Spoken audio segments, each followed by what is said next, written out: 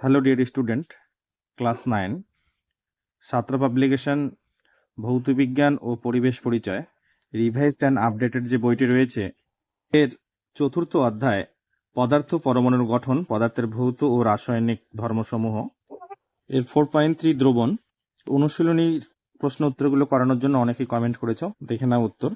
1 নম্বর প্রশ্ন বলেছে গঙ্গার জল কি প্রকারের দ্রবণ। পেজ নম্বর 97-এ দেখো যে জলের মধ্যে বালি বা চকের গুঁড়ো বা মাটি মিশিয়ে ভালোভাবে যদি ঝাঁকানো হয় সেখানে প্রলম্বন উৎপন্ন হয়। তো গঙ্গার জলের মধ্যে অসমসত্ব মিশ্রণ থাকে, এজন্য এটাকে আমরা প্রলম্বন বা সাসপেনশন বলবো। 1 নম্বরের সঠিক উত্তর হবে অপশন সি, প্রলম্বন। 2 নম্বর প্রশ্ন বলেছে একটি ইমালশন হলো, পেজ নম্বর 99, ইমালশন এর উদাহরণে দেখো রয়েছে দুধ, কোল্ড ক্রিম আর হচ্ছে গিয়ে কড লিভার তেল। তাহলে আমাদের 2 নম্বরের সঠিক উত্তর হচ্ছে অপশন ডি, দুধ। 3 নম্বর প্রশ্ন বলেছে উষ্ণতা বৃদ্ধিতে কলিচুনের দ্রাব্যতা। পেজ নম্বর 100, এই 2 নম্বর পয়েন্ট দেখো বলেছে উষ্ণতা বৃদ্ধিতে কোনো কোনো কঠিন পদার্থের দ্রাব্যতা হ্রাস পায়। এই উদাহরণ হলো কলিচুন। তার মানে কলিচুনের উষ্ণতা বৃদ্ধিতে দ্রাব্যতা হ্রাস পায়। 3 নম্বর প্রশ্নের সঠিক উত্তর হচ্ছে অপশন বি, হ্রাস পায়। 4 নম্বর প্রশ্ন বলেছে বিস্তৃত দশা গ্যাসীয় ও বিস্তার মাধ্যম তরল এমন কলয়েডের উদাহরণ দাও। পেজ নম্বর 99, এখানে দেখো বিস্তৃত দশা হচ্ছে গ্যাসীয়, বিস্তার মাধ্যম তরল। এর উদাহরণ হলো কলয়েড হচ্ছে ফোম, উদাহরণ রয়েছে সাবানের ফেনা, জলে দ্রবীভূত কার্বন ডাই অক্সাইড গ্যাস, যেটাকে আমরা সোডা ওয়াটার বলি। আমাদের অপশন এতে রয়েছে সাবানের ফেনা, এটাই হচ্ছে সঠিক উত্তর। 5 নম্বর কোশ্চেন বলেছে কোন প্রকারের দ্রবণ অস্থায়ী। পেজ নম্বর 102, একদম নিচের দিকে দেখো অতিপৃক্ত দ্রবণ। অনেক সময় দেখা যায় উচ্চতর উষ্ণতায় সম্পৃক্ত দ্রবণকে ধীরে ধীরে ঘরের উষ্ণতায় ঠান্ডা করলে অতিরিক্ত দ্রাব যা উচ্চতর উষ্ণতায় দ্রবীভূত হয়েছিল তা দ্রবণ থেকে পৃথক হয়ে পাত্রের তলায় জমা হয়, অর্থাৎ সেই দ্রবণটি আর দ্রবণ থাকে না। এই ধরনের দ্রবণকে আমরা অতিপৃক্ত বলি। তাহলে অস্থায়ী যে দ্রবণ তার উদাহরণ হবে অপশন বি, অতিপৃক্ত। 6 নম্বর প্রশ্ন বলেছে উষ্ণতা বৃদ্ধিতে তরলে গ্যাসের দ্রাব্যতা। পেজ নম্বর 100, এখানে দেখো উষ্ণতা বৃদ্ধিতে তরলে গ্যাসের দ্রাব্যতা কমে। 6 নম্বর প্রশ্নের সঠিক উত্তর হচ্ছে অপশন এ, কমে। 7 নম্বর প্রশ্ন বলেছে গ্রিন ভিট্রিয়লের সংকেত হলো। পেজ নম্বর 103, এখানে দেখো এই যে গ্রিন ভিট্রিয়ল এর সংকেত রয়েছে FeSO4 * 7H2O। 7 নম্বর প্রশ্নের সঠিক উত্তর হচ্ছে অপশন এ। এরপরে রয়েছে 2 এর অতি সংক্ষিপ্ত উত্তর ভিত্তিক প্রশ্ন বলি, শূন্য স্থান পূরণ। 1 নম্বর বলেছে প্রকৃত দ্রবণ ড্যাশ হয়। পেজ নম্বর 97, একদম নিচের দিকে দেখো প্রকৃত দ্রবণ সমসত্ব হয়। 1 নম্বরে শূন্য স্থানে উত্তর হবে সমসত্ব। 2 নম্বর প্রশ্ন বলেছে অসম্পৃক্ত দ্রবণ আরও ড্যাশ গ্রহণ করতে পারে। পেজ নম্বর 102, নির্দিষ্ট উষ্ণতায় যে দ্রবণ আরও দ্রাব গ্রহণ করতে পারে তাকে আমরা অসম্পৃক্ত দ্রবণ বলি। তাহলে উত্তর হবে দ্রাব। 2 এর দাগে শূন্য স্থানে উত্তর হবে দ্রাব। 3 নম্বর প্রশ্ন বলেছে সোডিয়াম থায়োসালফেটের দানাকে উত্তপ্ত করলে ড্যাশ দ্রবণ উৎপন্ন হয়। পেজ নম্বর 103, অ্যাক্টিভিটিতে দেখো এই যে সোডিয়াম থায়োসালফেটকে যদি উত্তপ্ত করা হয় তাহলে স্বচ্ছ দ্রবণ উৎপন্ন করে। 3 এর দাগে শূন্য স্থানে উত্তর হবে স্বচ্ছ। 4 নম্বর প্রশ্ন বলেছে অ্যালকোহলে ড্যাশ দ্রবীভূত করে কাঠের আসবাবপত্র বার্নিশ করা হয়। পেজ নম্বর 106, এখানে দেখো বলেছে কাঠের আসবাবপত্রে যে বার্নিশ করা হয় তা আসলে অ্যালকোহল দ্রাবকে গালার দ্রবণ। তাহলে শূন্য স্থানে উত্তর হবে গালার দ্রবণ। 4 এর দাগে শূন্য স্থানে উত্তর হবে গালার দ্রবণ দ্রবীভূত করে কাঠের আসবাবপত্র বার্নিশ করা হয়। 5 নম্বর প্রশ্ন বলেছে প্রকৃত দ্রবণের দ্রাবের কণা ড্যাশ মধ্য দিয়ে সহজেই যেতে পারে। পেজ নম্বর 98, এখানে দেখো প্রকৃত দ্রবণ দ্রাব কণা ফিল্টার কাগজ ও পার্চমেন্ট কাগজ ভেদ করে যেতে পারে। 5 এর দাগে শূন্য স্থানে উত্তর হবে ফিল্টার কাগজ বা পার্চমেন্ট কাগজ। 6 নম্বর প্রশ্ন বলেছে ভিটামিন বি কমপ্লেক্স হলো ড্যাশ জাতীয় ইমালশন। পেজ নম্বর 99, এখানে দেখো ভিটামিন বি কমপ্লেক্স তেল জাতীয় ইমালশন। তাহলে 6 এর দাগে শূন্য স্থানে উত্তর হবে তেল। 7 নম্বর প্রশ্ন বলেছে ভাতের ফেনের জল হলো বিস্তার মাধ্যম এবং ড্যাশ কণা হলো বিস্তৃত দশা। পেজ নম্বর 98, একদম নিচের দিকেই দেখবে এই যে ভাতের ফেনের জল হলো বিস্তার মাধ্যম এবং স্টার্চের কণা হলো বিস্তৃত দশা। 7 দাগে শূন্যস্থানে হবে স্টার্চ। এবারে সত্য না মিথ্যা লেখো। 1 নম্বর, গ্লোবাল লবণের দ্রাব্যতা 0 ডিগ্রি সেন্টিগ্রেড থেকে 32.4 ডিগ্রি সেন্টিগ্রেড পর্যন্ত বৃদ্ধি পায়। পেজ নম্বর 100, এখানে দেখো এই যে গ্লোবাল লবণের দ্রাব্যতা উষ্ণতা বাড়ালে 0 ডিগ্রি সেন্টিগ্রেড থেকে 32.4 ডিগ্রি সেন্টিগ্রেড পর্যন্ত বৃদ্ধি পায়। তাহলে 1 নম্বরটা উত্তর হবে সত্য। 2 নম্বর প্রশ্ন বলেছে ডিটারজেন্ট একটি ইমালশন কারক। পেজ নম্বর 99, এখানে দেখো ইমালশন কারক উদাহরণ রয়েছে ডিটারজেন্ট। তাহলে 2 নম্বরটা আমাদের সত্য। 3 নম্বর বলেছে প্রলম্বনে দ্রাবের কণাগুলি ফিল্টার কাগজ ভেদ করতে পারে। পেজ নম্বর 98, এই যে প্রলম্বনে দ্রাবের কণাগুলি ফিল্টার কাগজ বা পার্চমেন্ট কাগজ ভেদ করতে পারে না। তাহলে 3 নম্বরটা আমাদের মিথ্যা হবে। 4 নম্বর বলেছে ডিএনএ জলে দ্রবীভূত করলে জলের মধ্যে সেগুলি বিভাজিত হয়ে ক্ষুদ্র বা বৃহৎ অণুতে পরিণত হয়। পেজ নম্বর 98, এই যে ডিএনএ জলে দ্রবীভূত করলে জলের মধ্যে বিভাজিত হয়ে ক্ষুদ্র বা বৃহৎ অণুতে পরিণত হয়। তাহলে 4 নম্বর প্রশ্নের আমাদের সঠিক বলেছে, উত্তর হবে ট্রু। এরপরে বলেছে এক কথায় উত্তর দাও। 1 নম্বর প্রশ্ন বলেছে প্রকৃত দ্রবণে দ্রাবের কণার ব্যাস কত। পেজ নম্বর 97, দেখো প্রকৃত দ্রবণ এই যে দ্রাব কণার ব্যাস হচ্ছে 10⁻⁻8 সেমি। তাহলে উত্তর হবে 10⁻⁻8 সেমি। 2 নম্বর প্রশ্ন বলেছে কোলয়েডীয় দ্রবণে কোলয়েডীয় কণার ব্যাস কত। কোলয়েডীয় দ্রবণের সংজ্ঞায় 10⁻⁻7 সেমি থেকে 10⁻⁻5 সেমি, এটা হবে উত্তর। 3 নম্বর প্রশ্ন বলেছে প্রলম্বনে দ্রাবের কণার ব্যাস কত। পেজ নম্বর 97, এখানে দেখো এই যে প্রলম্বন, এখানে দ্রাব কণার ব্যাস হচ্ছে 10⁻⁻4 সেমি বা তার বেশি, এটাই হবে উত্তর। 4 নম্বর প্রশ্ন বলেছে একটি ইমালশনের উদাহরণ দাও। পেজ নম্বর 99, এখানে দেখো ইমালশন রয়েছে। ইমালশনের উদাহরণ এখানে এই যে দুধ, কোল্ড ক্রিম অথবা কড লিভার তেল, এখানকার মধ্যে একটি লিখলেই হবে। 5 নম্বর কোশ্চেন বলেছে জীবাণুনাশক হিসাবে ব্যবহৃত হয় এমন একটি ইমালশনের নাম লেখো। পেজ নম্বর 99, এখানে দেখো জীবাণুনাশক হিসাবে ইমালশনের ব্যবহারের এখানে জীবাণুনাশক যেমন ডেটল, তারপরে হচ্ছে লাইসন, এগুলো। তো এখানকার দুটোর মধ্যে যে কোনো একটা লিখবে। কোশ্চেন নাম্বার 6 বলেছে উষ্ণতা বৃদ্ধিতে দ্রাব্যতা কমে এমন একটি পদার্থের নাম লেখো। পেজ নম্বর 100, এখানে দেখো উষ্ণতা বৃদ্ধিতে পদার্থের দ্রাব্যতা হ্রাস পায় এমন একটি পদার্থ হলো কলিচুন। সংকেত সহ উত্তর লিখবে। 7 নম্বর প্রশ্ন বলেছে গ্লোবাল লবণের সংকেত লেখো। পেজ নম্বর 100, এই যে দেখো গ্লোবাল লবণ এর সংকেত রয়েছে Na2SO4 × 10H2O, এই সংকেতটাকে লিখবে। 8 নম্বর প্রশ্ন বলেছে জল ছাড়া অন্য একটি দ্রাবকের নাম লেখো।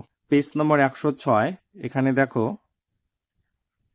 জল ছাড়া আরো অনেক পদার্থ আছে যেগুলি দ্রাবক হিসেবে ব্যবহৃত হয়, যেমন ethyl alcohol, methyl alcohol, benzene, acetone, chloroform ও কেরোসিন, এখানকার মধ্যে যে কোনো একটা লিখবে। রয়েছে স্তম্ভ মেলানো। 1 নম্বরে দেখো কোলয়েডীয় কণার ব্যাস আমরা একটু আগে দেখলাম পৃষ্ঠ নম্বর সহ, এটা হবে 10⁵ সেন্টিমিটার থেকে 10⁻⁻7 সেন্টিমিটার পর্যন্ত। তো এ হচ্ছে গিয়ে 2 এর সাথে আমি এখানে এ লিখে দিলাম। বি নম্বর বলেছে প্রলম্বন কণার ব্যাস। তো প্রলম্বন কণার ব্যাস কত, 10⁻⁻4 সেন্টিমিটার বা তার বেশি। তাহলে এটা হবে গিয়ে 3 নম্বর বি। এরপরে সি বলেছে অজলীয় জৈব দ্রাবক। তো অজলীয় জৈব দ্রাবক হলো টারপিন তেল, 4 এর সাথে হবে সি, এখানে লিখলাম আমি সি। এবং অজলীয় অজৈব দ্রাবক হলো তরল কার্বন ডাই অক্সাইড, তাহলে ডি হচ্ছে গিয়ে 1 এর সাথে, এটা হবে ডি। এরপরে 3 এর সংক্ষিপ্ত উত্তর ভিত্তিক প্রশ্ন বলি। 1 নম্বর বলেছে প্রকৃত দ্রবণ কাকে বলে। পেজ নম্বর 96, এখান থেকে শুরু করে এই পর্যন্ত লিখবে প্রকৃত দ্রবণ এবং এর উদাহরণ দিয়ে দেবে যে কোনো একটি, এখানে এই উদাহরণটা লিখে দেবে এর সাথে। 2 নম্বর প্রশ্ন বলেছে কোলয়েডীয় দ্রবণ কাকে বলে। পেজ নম্বর 96 দেখো কলোয়েডীয় দ্রবণ সংজ্ঞা এখান থেকে শুরু করে এই পর্যন্ত লিখবে, উদাহরণ দিয়ে দেবে এর। 3 নম্বর প্রশ্ন বলেছে প্রলম্বন কাকে বলে। পেজ নম্বর 97 প্রলম্বন এই যে এখান থেকে এই বলে পর্যন্ত সাথে উদাহরণ দিয়ে দেবে। 4 নম্বর প্রশ্ন বলেছে প্রকৃত দ্রবণের দুটি বৈশিষ্ট্য লেখো। পেজ নম্বর 96 এই যে দেখো এখানে প্রকৃত দ্রবণের বৈশিষ্ট্য এখান থেকে লিখবে। 5 নম্বর প্রশ্ন বলেছে ইমালশন কাকে বলে। পেজ নম্বর 99 ইমালশন এইখান থেকে শুরু করে এই পর্যন্ত লিখবে, উদাহরণ সহ। 9 নম্বর কোশ্চেন বলেছে ইমালশন কারক কাকে বলে। পেজ নম্বর 99 এখানে দেখো ইমালশন কারক এই যে এখান থেকে শুরু করে এই পর্যন্ত লিখবে, উদাহরণ সহ। 7 নম্বর প্রশ্ন বলেছে ইমালশনের একটি ব্যবহার লেখো।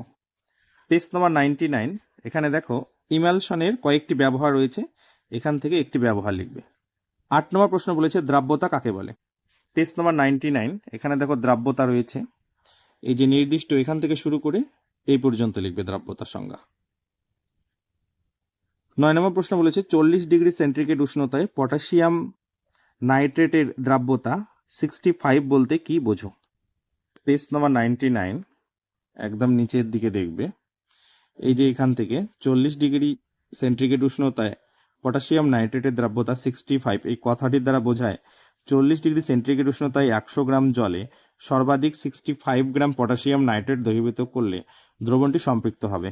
অর্থাৎ 40 ডিগ্রি সেন্টিগ্রেড উষ্ণতায় 100 গ্রাম জল সর্বাধিক 65 গ্রাম পটাশিয়াম নাইট্রেটকে দ্রবীভূত করতে পারে, এটুকু লিখবে।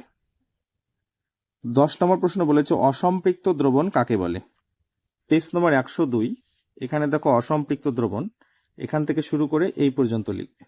11 নম্বর প্রশ্ন অতিপৃক্ত দ্রবণ কাকে বলে। পেজ নম্বর 102 দেখো অতিপৃক্ত দ্রবণ নিচে রয়েছে, অতিপৃক্ত দ্রবণ এখান থেকে শুরু করে এই পর্যন্ত লিখবে। 12 নম্বর প্রশ্ন বলেছে কেলাসন কাকে বলে। পেজ নম্বর 103 এখানে দেখো কেলাসন এখান থেকে শুরু করে এই পর্যন্ত লিখবে, উদাহরণ সহ। 13 নম্বর প্রশ্ন 20% NaOH দ্রবণ বলতে কি বোঝো। পেজ নম্বর 104 এখানে দেখো 20% NaOH দ্রবণ বলতে বোঝায় 100 মিলি আয়তনের NaOH দ্রবণের মধ্যে নির্দিষ্ট উষ্ণতায় 20 গ্রাম NaOH দ্রবীভূত আছে।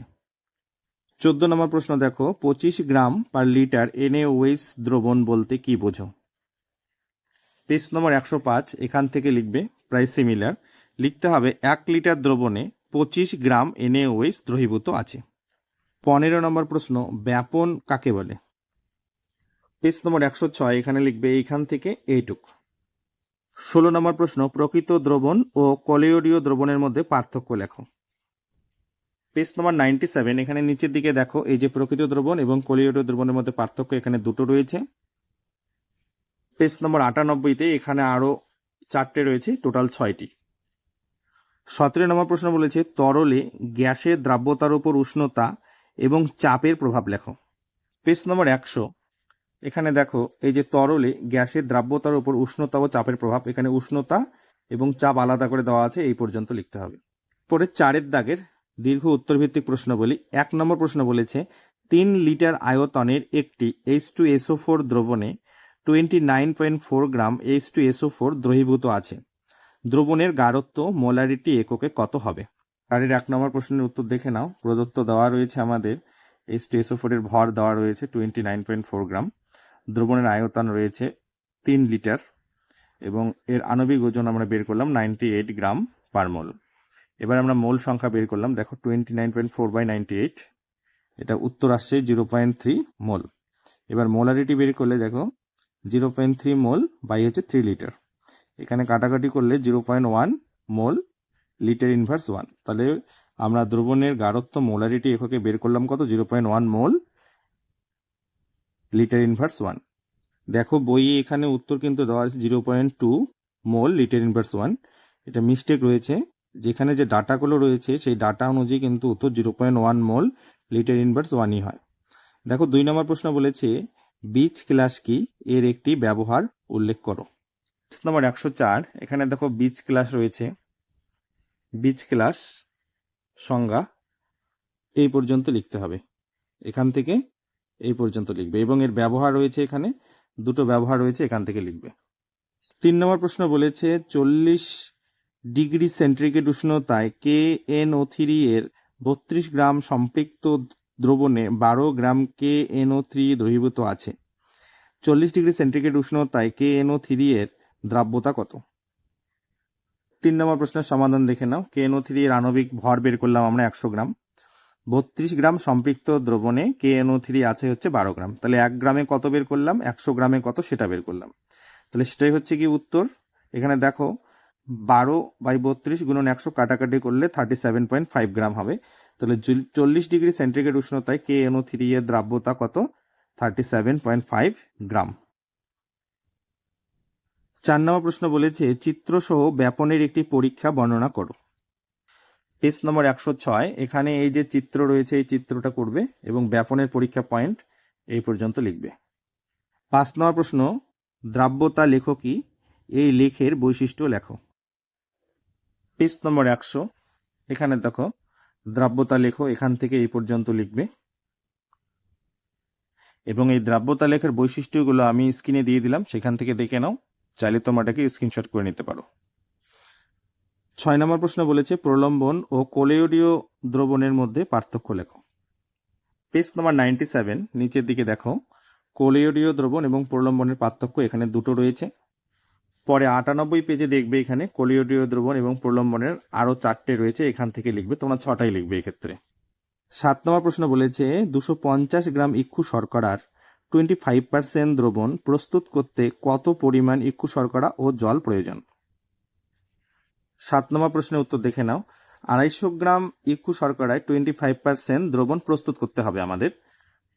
তো 250 গ্রাম দ্রবণে ইক্ষু শর্করা থাকবে 25% এবং জল থাকবে বাকিটা 25%, এর বাকি কত হবে 75%। তাহলে ইক্ষু শর্করা থাকবে হচ্ছে 250 গুণন 25%, ওই জন্য 25/100 হলো গিয়ে 62.5 গ্রাম।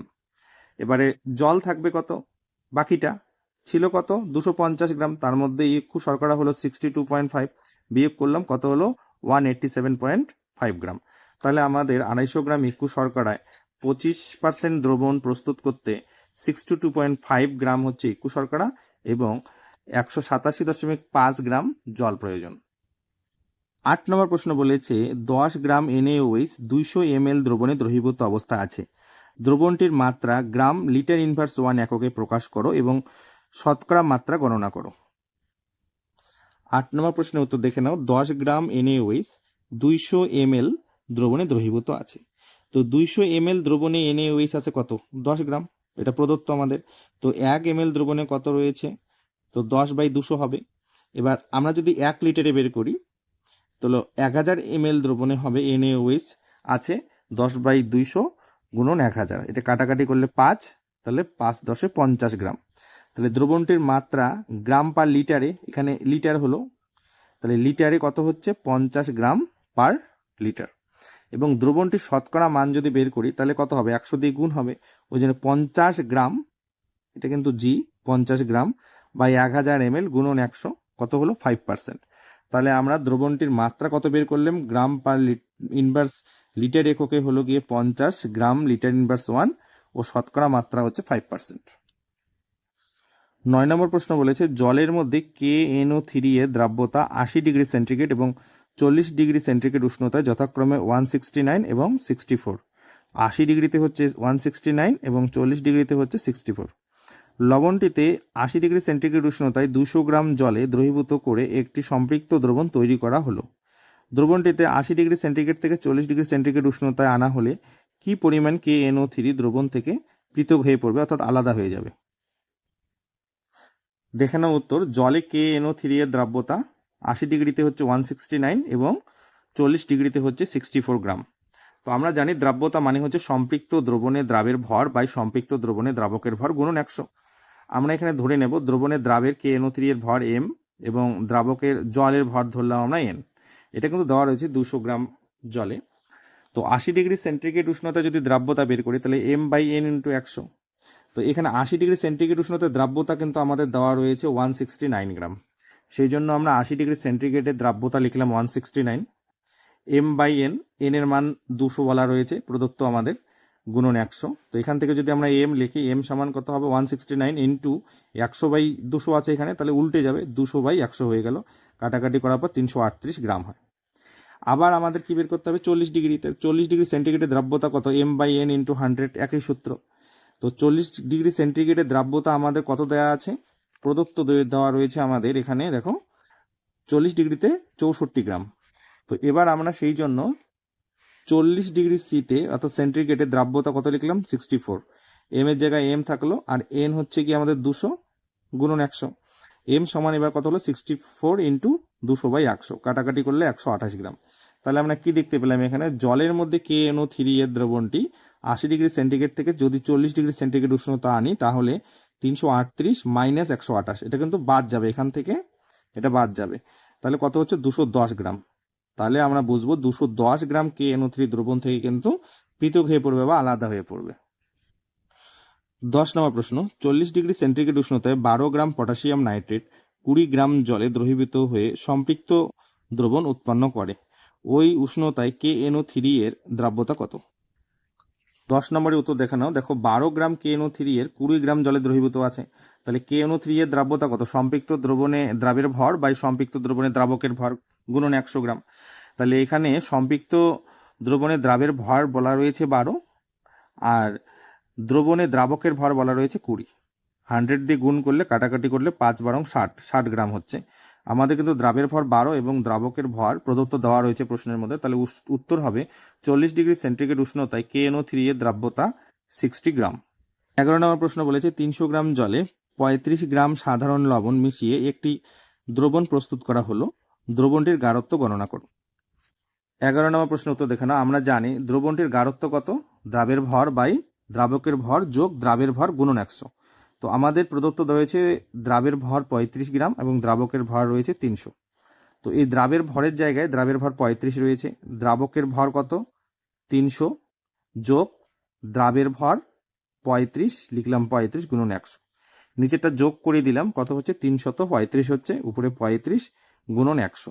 এটাকে যদি 5 দিয়ে কাটি, উপরে 7 নিচে 67, তাহলে 700/67 ভাগ করলে 10.45%। তাহলে দ্রবণটির গাঢ়ত্ব কত হচ্ছে 10.45%। থ্যাংক ইউ ভিডিওটিকে শেষ পর্যন্ত দেখার জন্য। ভালো লাগে লাইক করে বন্ধুদের মধ্যে শেয়ার করে দেবে। নেক্সট পার্ট নেক্সট ভিডিওতে।